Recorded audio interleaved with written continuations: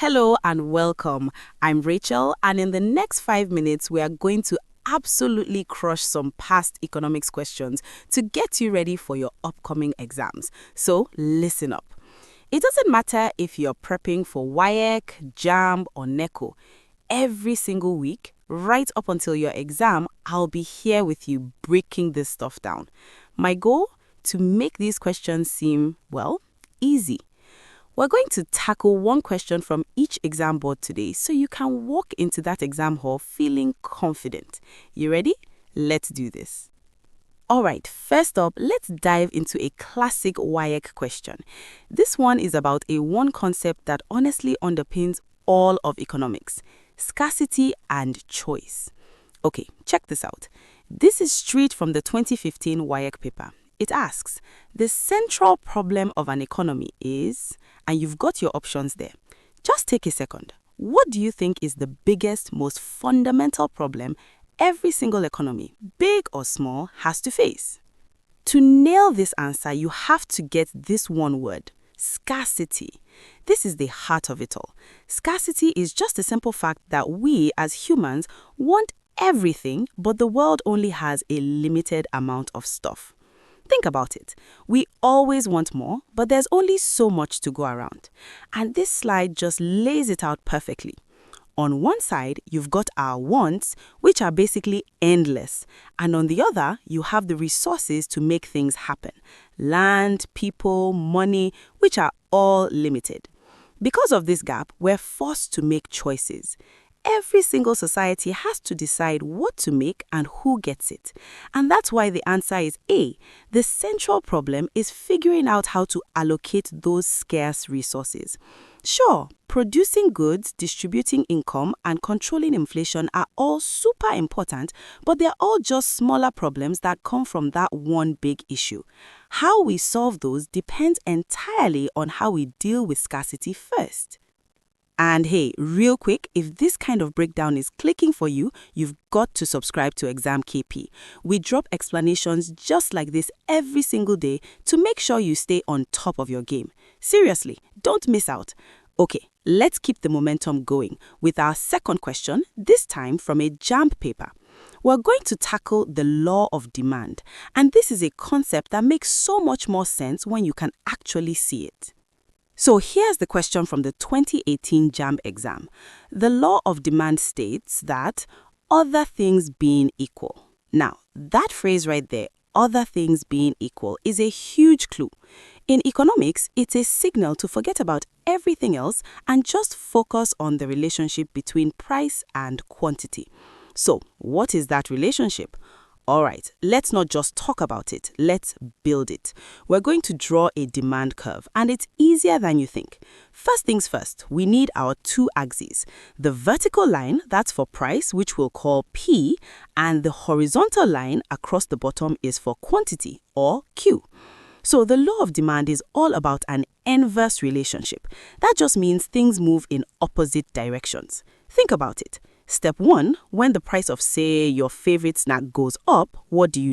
You probably buy less of it, right? So quantity demanded goes down. Now, step 2, what if that same snack goes on a massive sale? The price drops. You're going to stock up, right? You'll buy more. So quantity demanded goes up. It's super intuitive when you think about it like that. Now, when we put that exact logic onto our graph, we get this, the classic downward sloping demand curve.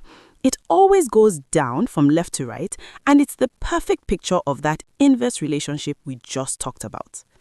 So, if we go back to our options, the answer is crystal clear. It's B. As price rises, quantity demanded falls. The graph we just drew is literally the visual proof of that law. And that right there, turning a complicated idea into a simple picture, that is exactly what we do over at ExamKP. If you want more explanations that actually make sense and stick in your brain, you know what to do. Hit that subscribe button right now. Okay, one more to go. For our final question, we're jumping over to a NECO paper. This one is going to test if you know a really important formula for measuring how well a country's economy is doing. We're talking national income. This question from the 2019 NECO paper asks, National income at factor cost is, and then it throws a bunch of formulas at you. I know it looks a little scary, but it's really not. It's just a puzzle about tweaking a big number to get a more accurate result.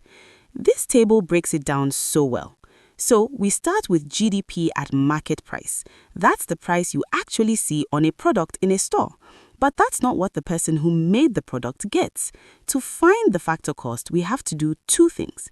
First, we take away indirect taxes like VAT because that cash goes to the government. Then we add in any subsidies because that's money the government gives to the producer to help them out.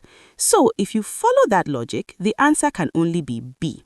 You take the market price, subtract the government's cut, and add the government's contribution.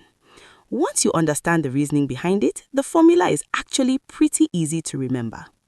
Whew, we just breezed through questions from WAEC, JAMB, and NECO. So what's the big takeaway here? Let's quickly go over the key patterns you should be looking out for. Okay, so no matter which exam you're sitting for, you're going to see these patterns again and again. First, you have to know your definitions. That WAEC question on scarcity proved that. Second, get comfortable with your basic graphs. They made that JAMB demand question a piece of cake. Third, your core formulas are non-negotiable, just like we saw with the NECO question. And last but not least, keep an eye out for those tricky little phrases like other things being equal. They are little clues that tell you exactly what the examiner is looking for. Awesome job today. You've seen exactly how to pick these questions apart. So what's the next step to make sure you lock in that A? It's really simple. If this helped you out today, do me a huge favor. Hit that like button, share this with a friend who's also studying, and of course, subscribe to the channel so you never miss one of these weekly breakdowns. And if you're feeling fired up and want to practice right now, you need to head over to www.examkp.com. We've got thousands of past questions waiting for you there. Keep up the amazing work, stay focused, and always remember, you have totally got this.